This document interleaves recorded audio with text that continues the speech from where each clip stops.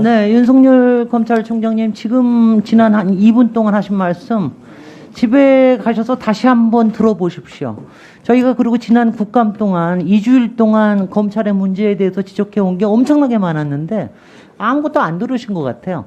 여하튼 윤석열 검찰총장은 어록을 참 많이 남기셨습니다. 그래서 그 어록을 같이 한번 좀 들어보도록 하겠습니다. 부부 일심동체 민정수석이 그런 거 하면 되느냐. 우리 정의는 조직을 사랑합니까? 네, 대단히 사랑하고 있습니다. 혹시 사람이 충성하는 건 아니에요? 저는 사람에 충성하지 않기 때문에 예. 제가 오늘도 이런 말씀을 드리는 겁니다. 검사가 수사권 가지고 보복하면 그게 깡패지, 그게 검사입니까? 형사 법 집행은 사익이나 특정 세력을 위해서 쓰여서는 안 됩니다. 객관적, 합리적 근거를 갖추지 못한 고소 고발 사건에 기계적으로 행사하여서는 안 됩니다. 네. 근데 이렇게 바깥에서 나오는 어록만 가지고 사람을 판단하는 게 아니라 사람을 판단하는 건 사실 행위를 가지고 판단을 해야죠. 사실 윤석열 검찰총장은 강직하고 유능한 검사로 저는 국민들한테 상당히 이미지가 각인돼 있었다고 생각이 됩니다. 날리신 분들만 하더라도 박근혜 전 대통령, 이명박 전 대통령, 거기다가 양승태 대법원장 기소하는 이런 거, 그리고 또 이번 정국에 들어와서는 조국 전 장관도 기소하셨고, 그러니까 여러 가지, 그러니까 유능한 칼잡이 검사로서의 이런 신뢰감이 상당히 쌓여서 그 공으로 검찰총장이 되셨는데, 검찰총장이 되시고 난 다음에 여러 가지 행보를 보면, 그러니까 이런 게 석연치가 않은 겁니다. 근데 왜 그렇게 예리한 칼날이 가족과 측근에 대해서는 이게 무뎌지는가? 이 부분에 대해서 여러 가지가 좀 쌓이고 그러다 보니까 그 이후에는 정치성까지 띄게 된다. 이런 부분에 대해서 이제 석연치 않은 부분들이 있는데요. 제가 먼저 좀 가족에 대해서 여쭤보겠습니다. 제가 솔직히 저는 이제 원래 그 프라이버시에 대해서 제가 질문을 하는 그런 사람은 아니에요. 그런데 이제 이번에 이른바 다시 지휘권 발동을 한 부분이 가족에 대한 부분이 있기 때문에 제가 인사청문회 자료나 이런 걸 가지고 좀 봤습니다. 제가 몇 가지 좀 여쭙겠습니다. 그 윤석열 총장님 부부를 보면은요, 재산이 꽤 많으세요. 5억 정도, 2020년 한 것만 하다 25억 정도 되는데, 굉장히 저거 한 게, 본인은 한 2억에서 2억 5천 사이, 그리고 나머지 부분이 대부분들이, 부인의 재산입니다. 이거는, 근데 이게 이제 2017년부터 있었던 거기 때문에 그 전에 대한 건 잘 모르겠습니다. 근데 2012년에 결혼을 하셨어요. 그러니까 한 2010년부터 알아오셨던 것 같은데 부인의 재산 형성 과정에 대해서 어떤 질문을 하시거나 그런 적 없습니까? 왜 이렇게 돼 있는지? 상당히 젊으신 분 아니에요? 대검찰청 업무하고 관련해가지고 지금 이게 제가 답변을 과연 해야 되는 건지 답변 안 모르겠습니다. 하시고 싶으면 안 하셔도 됩니다. 네, 안 하셔도 결혼 하고요. 초기부터 네. 저는 재산이 별로 없고 대부분이 저희 집사람 재산이고 그렇습니다. 네, 아니 그래서요. 저는 그 형성 부분이요. 과정이야 제가 결혼 아니 근데 전에 그 부분에서 나이 제가 50이 넘어서 얘기하는 게 했는데, 여러 가지 펀드나 주식에 관련된 것뿐만이 아니고 토지에 관련된 것도 네. 김건희 씨 가족들하고 또 장모님하고도 같이 공동 소유가 돼 있고 이렇더라고요. 그렇다 하면 장모님에 관련된 사건들이 이렇게 있거나 의혹이 제기되거나 이랬을 때 그런 부분들을 그러니까 본인이 인지하고 계십니까? 그런 부분들에 대해서 전혀 모르십니까? 그것만 답변을 하십시오. 전혀 모르고 제가 네. 결혼할 때 장모한테 그런 얘기를 했습니다. 사위가 검사고 또 이게 알겠습니다. 그것도 이것도 발언일 뿐입니다. 저희가 주목하는 건 행위입니다. 그동안 왜 이런 게 많이 덮여지고 수사가 더뎌졌느냐, 이런 부분들에 대한 건데요. 제가 이건 여쭐게요.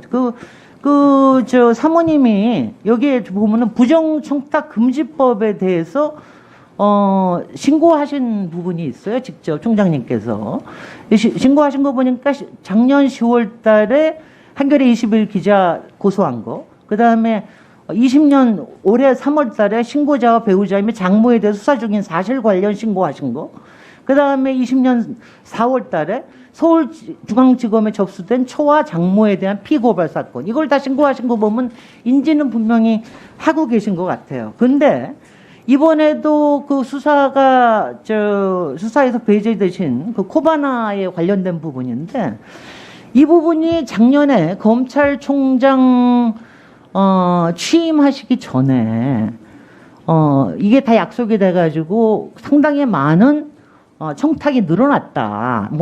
죄송합니다. 많은 후원이 늘어났다. 이 부분에 대해서는 왜 이 부분에 대해서는 부정청탁 금지법에 대해서 관련되는 부분인데 왜 신고를 하지 않으셨습니까?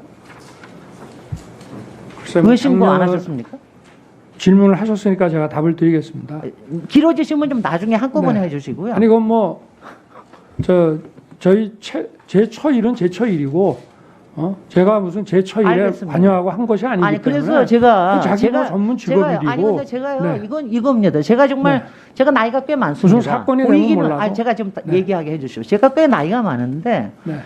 제가 사실 이 나이 되도록 많은 걸 배우고 그랬지만 제가 잘 모르겠는 게 아직도 사랑에 대해서 잘 몰라요.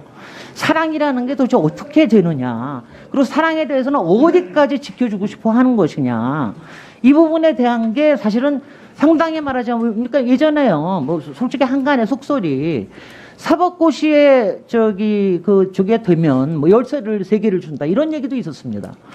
검찰총장님이나 상당히 커리어가 밝은 분이 있을 때 이런 관련되는 사건들이 있을 때 이런 부분에 혹시 이건 사랑이 부인을 지켜주시고 부인의 가족을 지켜주시려고 하는 이런 게 아닌가. 거기다가 좀 더 나가면은 여러 가지 재산을 지켜주려고 그러는 게 아닌가. 이런 생각이 일반적으로 들 수가 있는 겁니다. 그래서 제가 여기서 얘기하면 작년에 제가 인사청문회 할 때 솔직히 여기 있는 여당 당시에 여러 가지 의혹들이 다 제기가 됐는데 깊이 안 파셨습니다. 근데 그때도 나온 게 코바나에 대한 거는 주식조차 김건희 씨의 주식이나 여기에 관련된 게 하나도 인사청문회에 나오질 않았어요. 제출도 안 했어요. 그러니까 당시에 대기업에서 그 후원해 준 거 이거를 갖다가 국회에 제출하면 이건 위법입니다. 이러면서 코바나에서 문자를 보내기도 했어요. 이런 협박성 문자까지 보냈습니다. 이런 것들이 그때는 야당에서 문제를 조금 제기하다 이러고 말았습니다. 그러니까 저는 이게 이런 거예요. 남편이 거물이면 더군다나 저는 뭐냐면 굉장히 젊은 여성이 커리어로 성공한 거는 제가 축복을 하고 싶습니다. 그렇지만 기껏 5천만 원짜리 자본금의 회사입니다. 그리고 특별하게 뭐가 많은 것도 아니에요. 1인 회사예요. 도대체 어떻게 해서 이렇게 거물이 되고 이렇게 재산을 모았느냐에 대한 거는 이제라도 관심을 가져주셔야 되겠다는 생각이 들고요. 제가 측근 부분에 대해서 보호를 다시 여쭙겠습니다. 위원장님 뭐 잠깐만 말씀하시면 짧게 해주십시오. 제가 1분 안에 마무리해달라고 1분 더 드릴 네. 때는 질문 답변을 1분 안에 다 마무리해달라는 건데요. 이렇게 답변을 남겨놓으시면 예, 시간 관리가 잘 안 됩니다. 예, 짧게 해주십시오. 제가 2012년에 제 처하고 결혼을 했는데요.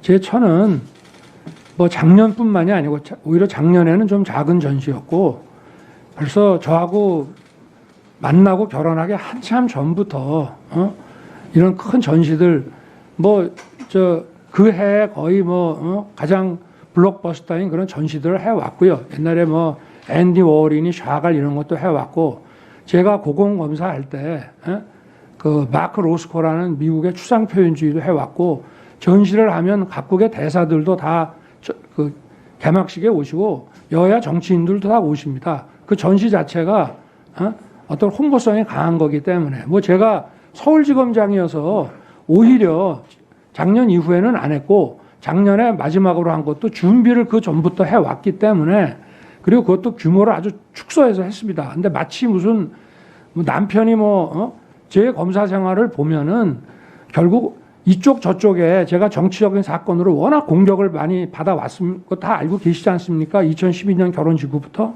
그래서 저희 집사람은 어디 가서 남편이 공무원이다 검사라는 얘기도 안 합니다.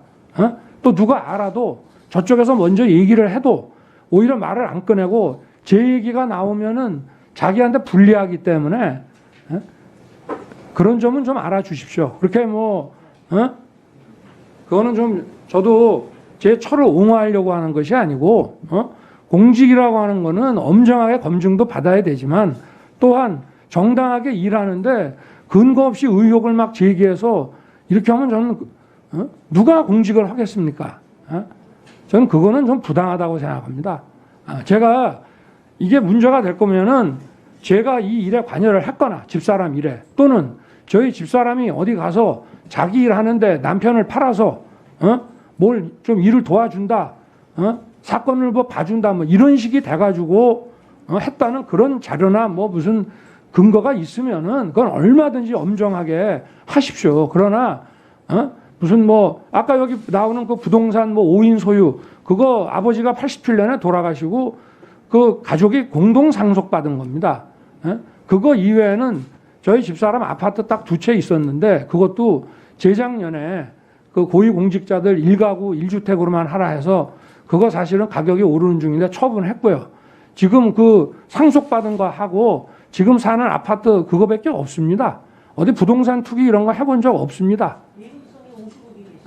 아니 그건 원래 네. 가지고 있었죠. 네, 오래 네. 전부터 자기가 쭉 사업을 해오면서 그것도 뭐 저희 집사람이 그럼 그걸 어떻게 합니까? 그걸로 뭐 부동산을 마무리해 주십시오. 삽니까? 예.